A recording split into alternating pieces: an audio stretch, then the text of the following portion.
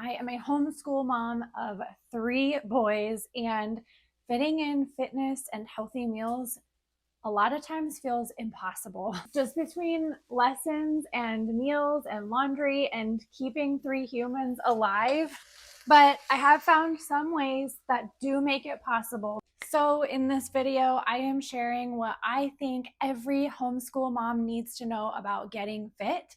And that includes my glute routine and what I eat in a day and what I cheat in a day to stay sane and make it all happen. Before I even go out to do my workout, I have 0 food prepped and ready in the fridge. So that's what I'm doing while my kids are still away for like 20 more minutes.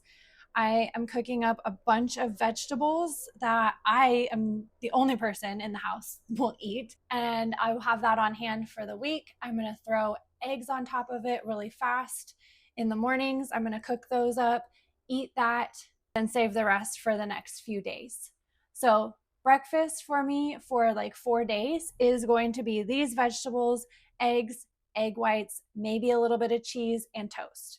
That is crucial for me as a homeschool mom, is having things already cooked in the fridge so that all I have to do is take things out, heat them up, fry them up really fast, and then eat and be on my way. Then I can take care of my kids and their needs. When it comes to making time for my workout, there's a few things I do to make this a little bit easier. This is not perfect. First, I make sure my kids have full-ish bellies. Today I gave them Nutella and apples and graham crackers with little chicken apple sausages. Try to make it like a meal so it takes them longer to eat. Tip number 1 is to have the kids well fed.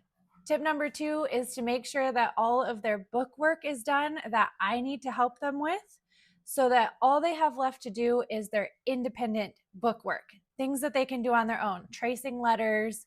My older son can work on his times tables, his handwriting, things like that. Tip number 3, make sure the littlest one, my toddler, has something to do.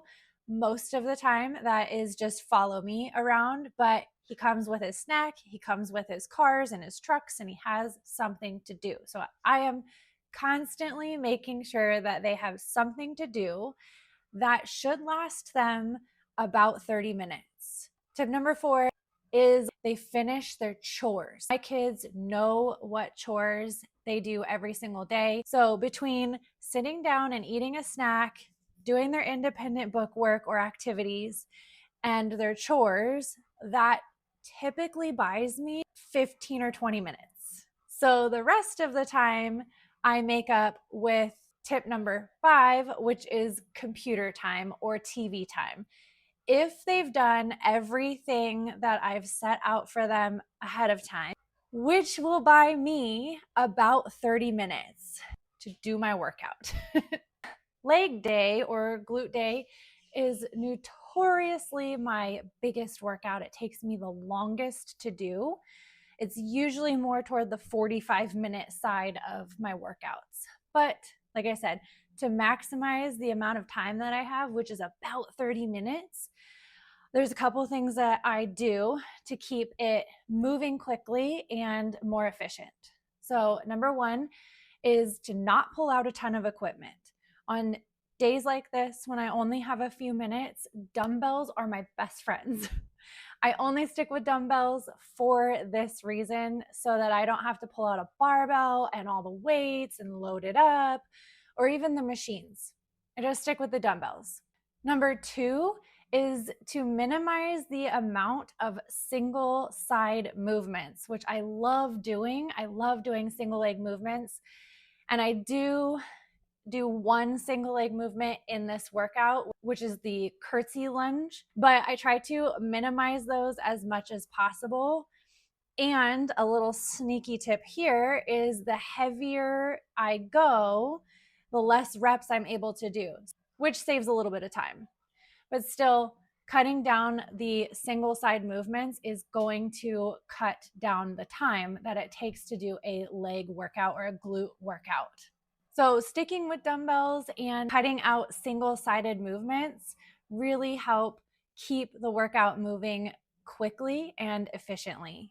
The last thing I do is make sure that I follow the dang plan. I have a plan that I wrote. It's my Fit Mom routine.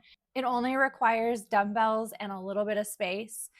And I wrote that plan specifically for days like this. When I'm short on time, I have 30 minutes and I don't have time to get a ton of equipment out, but I still want a really good workout. I just follow the plan. I don't have to think about what comes next. I just look at the pictures, look at how many reps I need to do, how many sets I need to do, and I do the work, which is probably my biggest time saver, is not having to come up with the new exercise or the next exercise. And it works. There are weeks and months that I just follow this routine strictly and I don't do anything else. And it has gotten me in incredible shape just doing 30-minute dumbbell workouts. So if you're curious and you want to see more of this routine, I will link it down below. It is my Fit Mom routine. All you need are dumbbells and a little bit of space and a little bit of time, and you can get it done.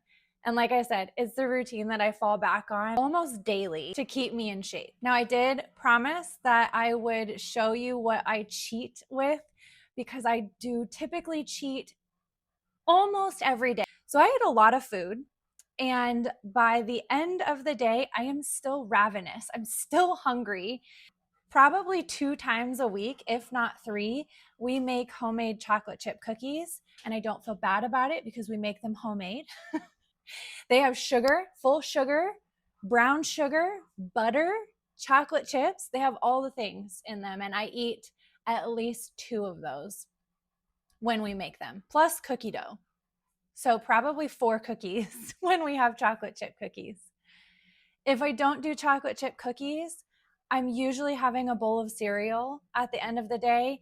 And if I feel like I'm low on my protein, I'll just scoop some protein powder in with the cereal. It helps get the protein up. And the other thing that I like to snack on at the end of the day is yogurt with honey and fruit. And then I like to sprinkle Cheerios on top instead of granola, because then I feel like I'm having cereal.